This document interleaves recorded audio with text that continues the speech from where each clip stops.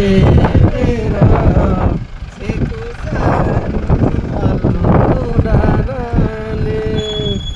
साथीहरू, आज हामी जलजलामा हामी प्रवेश गरेका छौँ र एउटा गीत पनि गायौँ होइन जेरान? गीत पनि गाइयो तर हामी अनि त्यो धेरैभन्दा पहिला चाहिँ यो एरियामा अब गोठ लिएर हामी प्रत्येक चाहिँ अब यो बर्खाको टाइममा चाहिँ हामी आउने गर्थ्यौँ भने आजभोलि पहिलाका बुढापाकाहरू बाजेहरू बुढो हुनुभयो, कोही चाहिँ यो संसारमा छन् या कोही छैनन्। त्यो कारणले गर्दाखेरि त्यो यहाँका गोठहरू आजभोलि छैनन्, अलिकति मात्र रहेछन् र हामीले अब छोड्दै गयौँ।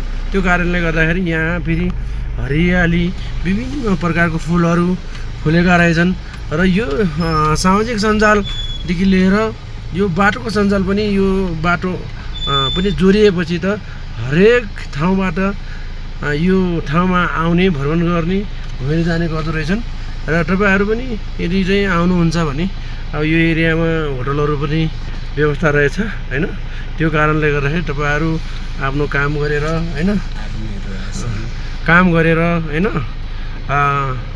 ठगाइ मार्नको लागि कहिलेकाहीँ छुट्टी मिलाएर यो ठाउँमा पनि आउन सक्नुहुन्छ।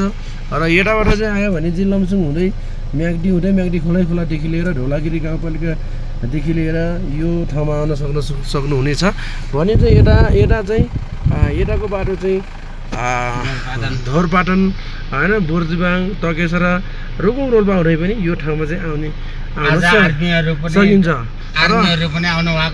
र कुनै एउटा नराम्रो कामहरू लिएर नआउनु होला, किनकि खुसियालीमा आउन सक्नुहुन्छ भने आउनुहोस्, नत्र भने कुनै अनैतिक विभिन्न खालको चाहिँ क्रियाकलाप ढङ्गले चाहिँ आउनुभयो भने यो एरियामा के हुन्छ भने एउटा ढोरपाटन आरक्षण नजिकै जोडिएको हिसाबले यहाँ चाहिँ आर्मीहरू चाहिँ यहाँ घुम्ने र हेर्ने होइन गर्दो रहेछ र धेरै प्रहरी आर्मीहरू पनि यहाँ हामीले भेट्यौँ।